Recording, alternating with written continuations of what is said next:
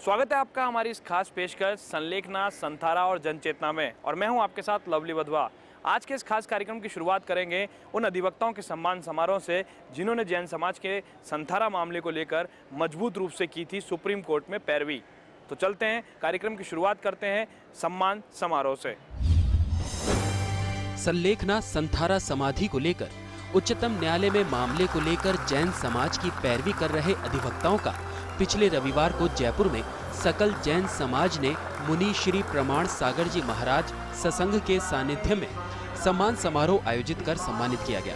भट्टारक जी की नसिया नारायण सिंह सर्किल में आयोजित सम्मान समारोह में संलेखना संथारा मामले पर राजस्थान उच्च न्यायालय के फैसले पर रोक लगवाकर सुप्रीम कोर्ट में जैन समाज को राहत दिलाने वाले वरिष्ठ अधिवक्ता अभिषेक मनु सिंघवी, सुशील कुमार जैन, सुधांशु कासलीवाल, अधिवक्ता हेमंत सोगाणी, विजय चौधरी, महेंद्र शाह का सकल जैन समाज की ओर से धर्म बचाओ आंदोलन समिति के बैनर तले सम्मान किया गया। इस मौके पर समाज की ओर से सम्मानित होने के बाद उच्चतम न्यायालय के वरिष्ठ अधिवक्ता अभिषेक मनु सिंघवी ने कार्यक्रम को संबोधित करते हुए कहा कि संलेखना मामले को लेकर जैन समाज ने जो एकता दिखाई है, इस एकता ने अब तक के सभी सामाजिक मामलों में एक मिसाल कायम की है और सामूहिक ऊर्जा दिखाई है। इस बार हमने देखा संथारा के विषय में वो सामूहिक ऊर्जा, वो एकजुटता, और मुझे याद आता है और सुशील जी को भी शायद याद आएगा कि ऐसे ही एक मुद्दे में जब बाल पाटिल केस आया था उच्चतम न्यायालय में पहले, और उससे भी पहले जब अल्पसंख्यक होने या न होने के मुद्दे पे केस आए थे, तो हमारे को बहुत गंभीर नुकसान भी पहुंचा था कई बार, क्योंकि ऐसी एकजुटता, ऐसा सामूहिक अप्रोच नहीं था उसमें। इस बार शुरुआत से ही रहा, ये मैं समझता हूँ एक नई शुरुआत है, और उस शुरुआत को हमें और सभी क्षेत्रों में, जैन धर्म से संबंधित सभी क्षेत्रों में लागू रखना चाहिए। क्योंकि आप लोग संथारा के बारे में पढ़ रहे हैं और इसका ये मुद्दा चल रहा है, तो मैं 2 मिनट मुनिश्री की अनुमति से लूंगा। तकनीकी मामला भी है, लेकिन संक्षेप में मैं आपसे जिक्र करूं कि ये क्या मुद्दा है, और इसको हमको प्रोफेशनली सिर्फ भावुकता या भावना के आधार पर नहीं करना आवश्यक है। और ये भी आप सावधान रहें कि ऐसे कई और मुद्दे हैं, मुद्दे अभी खत्म नहीं हुए हैं, क्योंकि इनके बारे में मिथ्या प्रचार बहुत है। वहीं कार्यक्रम में सम्मानित हुए अन्य अधिवक्ताओं ने सम्मान करने पर समाज का आभार जताया और समाज के लिए हर संभव प्रयास करने की बात कही। जहाँ त्याग हो वहाँ ये झगड़े मिलने का कोई क्वेश्चन नहीं होना चाहिए। लेकिन समाज में है हम लोग, 2 भाई भी रहते हैं तो झगड़ते हैं, लेकिन जब बाहर वाला अटैक करता है तो सब भाई एक हो जाते हैं, और यही हुआ। हम लड़ते हैं कभी कभी घर में, छोटी छोटी बातें हैं, 2 आदमी होते हैं, विचार नहीं मिलते हैं, लेकिन जब जरूरत होती है और जरूरत के टाइम पर अगर एक हो जाए तो बहुत, और यही हुआ। आप लोगों का सहयोग मिला, आप लोगों ने मेरे को इतना फील किया, इतना ज्यादा मेंटेन देने की कोशिश की कि मैं उसको देख भी नहीं सकता। खैर वो मेटेरियल खराब नहीं जाएगा, हमने क्योंकि बहुत जल्दी में हमको तैयार करना था, हमने फाइल किया है, मैटर एडमिट हो गया है। अभी 4-5 साल तक मुझे लगेगा नहीं, लेकिन अपने को ठंडा नहीं होना। ये वास्तव में हमारे लिए बहुत गर्व की बात है, इसलिए नहीं कि हमने कुछ काम किया, इसलिए कि इस कार्यक्रम में संपूर्ण भारतवर्ष के न सिर्फ जैन समाज बल्कि संपूर्ण जनता समाज का भी हमें पूर्ण सहयोग मिला। सभी ने हमें आशीर्वाद दिया, सभी ने जितनी भी जानकारी उनके पास थी वो हम तक पहुंचाई, और हम उसे संकलित कर सुप्रीम कोर्ट के समक्ष प्रस्तुत कर सके, और हमें सब विश्वास है कि भविष्य में भी हमें इसी प्रकार का सहयोग मिलता रहेगा। आज सम्मान आपका किया गया है, कैसी अनुभूति कर रहे हैं? देखिए, सम्मान हमारा किया गया, अनुभूति विशिष्ट होना आवश्यक है, लेकिन ये सम्मान हमारा सिर्फ हमारा सम्मान नहीं था, बल्कि उन सभी जैन धर्मावलंबियों का और उन सहयोगियों का सम्मान था जिनके सहयोग से ही हम कुछ कर पाने में सफल हो पाए। वही कार्यक्रम को संबोधित करते हुए कार्यक्रम में महाराष्ट्र से आए समाज श्रेष्ठी KL जैन ने महाराष्ट्र में संलेखना संथारा को लेकर हुए आंदोलन के अनुभव साझा किए। कि गुरुदेव, मैं अन्ना हजारे के साथ भी काम करता हूँ।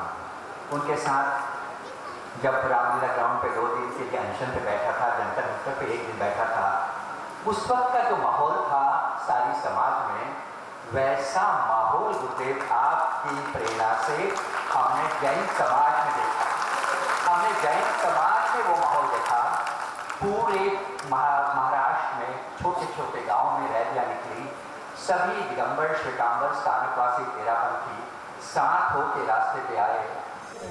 कार्यक्रम को संबोधित करते हुए मुनि श्री 108 प्रमाण सागर जी महाराज ने सभी अधिवक्ताओं के द्वारा समाज के मामले की पैरवी करने की फीस न लेने के प्रयास की सराहना की और संकल्प भी दिलाया कि वे हमेशा समाज पर किसी भी परिस्थिति में आंच नहीं आने देंगे। कार्यक्रम के बाद उच्चतम न्यायालय के वरिष्ठ अधिवक्ता अभिषेक मनु सिंघवी से संलेखना सहित अन्य न्याय जगत से जुड़े मामलों पर खास बातचीत की हमारे संवाददाता लवली वधवा ने।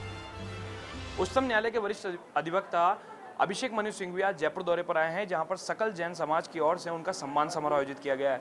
सिंघवी साहब, सबसे पहले ये जानना चाहेंगे, आज सम्मान समारोह में आप पधारे हैं, पहली प्रतिक्रिया आपकी जानना चाहेंगे जैन समाज के प्रति। मैं समझता हूँ ये प्रतिक्रिया आपके व्यूअर्स आपके कैमरे के ज़रिए देखें तो बेहतर है। इतनी ऊर्जा, इतना सामूहिकता, इतनी एकजुटता और मुनिश्री महाराज की जो प्रभावशाली वक्तव्य की शैली है वो अपने आप में एक कहानी सब बताती हैं। इतने हज़ारों लोग, सैकड़ों लोग हर दिन आते हैं, सुबह से दोपहर तक बैठते हैं। उसकी जो एक सामूहिक ऊर्जा होती है, मैं समझता हूँ आध्यात्म और धर्म के आधार पे वो एकदम अभिन्न है। ऐसी चीज़ें सिर्फ धर्म या रिचुअल से नहीं आती, सिद्धांत से भी नहीं आती, अंदर से ये भावना जागती है। और जयपुर का जो प्रभुत्व समाज है, जयपुर में सिर्फ जैन नहीं, लेकिन जैसा महाराज जी ने कहा कि हर जैन का जो प्रभाव है वो जैन क्षेत्र और जैन बाउंड्री से कहीं ज़्यादा व्यापक और चौड़ा है। वो आप देख रहे हैं आज जयपुर के एकदम बीच में। और मैं समझता हूँ इसके लिए सभी लोगों को बहुत बधाई देनी चाहिए जो निरंतर करते हैं, हर वर्ष करते हैं। सिंघवी साहब, अगस्त के माह में राजस्थान हाईकोर्ट के द्वारा रोक लगाई गई, उसके बाद आपको ये जिम्मेदारी सौंपी गई समाज की ओर से, आपने समाज की पैरवी करी मजबूत रूप से और कहीं ना कहीं अंतरिम राहत भी जो है वो कोर्ट ने दी है। मैं अपने आप को भाग्यशाली समझता हूँ। मैं तो सिर्फ निमित्त हूँ। मैं नहीं समझता कि कोई ऐसी जिम्मेदारी सौंपी जाती है। ये एक सौभाग्य की बात है। मैं आपसे शेयर कर सकता हूँ कि हमने बहुत व्यापक और बहुत मुद्दों पर तैयारी की थी और एक प्रकार से अंतिम हियरिंग, जिसको फाइनल हियरिंग कहते हैं, उसके लिए तैयार थे। और उस तैयारी के आयाम और पहलू थे पुरातत्व के जितने भी संकलन, प्रकाशन, आर्कियोलॉजी में जो इमारतें हैं, विशेष रूप से कर्नाटक में आपको बहुत ही आश्चर्य होगा जान के कि संथारा के सबसे ज़्यादा विविध जो एकदम प्रमाणित प्रूफ हैं आर्कियोलॉजिकल रूप से, वो वहाँ मिलते हैं। उन सब का संकलन, लोगों के सभी जो कहा है मौखिक रूप से या लिखित रूप से, उस सबका संकलन हमने एक साथ करके पेश किया था उच्चतम न्यायालय में। तो तैयारी तो इससे बहुत ज़्यादा थी। उसके अलावा जो कानून के जो तकनीकियाँ हैं 1950 या 54 से, जब से शिरूर मठ का निर्णय आया उच्चतम न्यायालय का, उससे ले के अभी हाल में जो कुछ दशकों पहले आया है आनंद मार्गी का निर्णय, वहाँ तक का पूरा जो केस लॉ है उसको भी हमने पूरा संकलन किया था, उसको एनालिसिस किया गया था। उस सब चीज़ों का अवसर नहीं मिला, लेकिन अच्छी बात यह हुई कि हम भविष्य के लिए, अंतिम हियरिंग के लिए पूरी तरह से अभी से तैयार हैं, जो होता नहीं है नॉर्मली। मैं समझता हूँ इस उच्च न्यायालय के निर्णय की जो एकदम सामने प्रथम दृष्टि रूप से भी इतनी गलतियाँ हैं, वो उच्चतम न्यायालय ने वैसे ही देख ली थी। और जैसे ही शुरू हुआ मामला, ये बहुत अच्छा हुआ कि उन्होंने उसको एडमिट भी किया है, अंतरिम स्टे भी दिया है। और हम इस पूरी तरह से हौसले के साथ, विश्वास के साथ आगे बढ़े हैं कि अंतिम निर्णय भी हमारे पक्ष में होगा। सिंघवी साहब, लेकिन ये जानना चाहेंगे, आप न्याय जगत से जुड़े हुए हैं, कहीं ना कहीं जो धर्म से जुड़े हुए मामले होते हैं उसमें न्यायालय का दखल जो है वो कहीं ना कहीं अब बढ़ता जा रहा है, उसको लेकर के आप क्या कहना चाहेंगे? मैं ये नहीं कहूँगा कि न्यायालय का दखल नहीं हो सकता। आखिर कहीं ना कहीं धर्म, आध्यात्म, न्याय, कोर्ट कचहरी का इंटरसेक्शन होता है, आवश्यक भी है।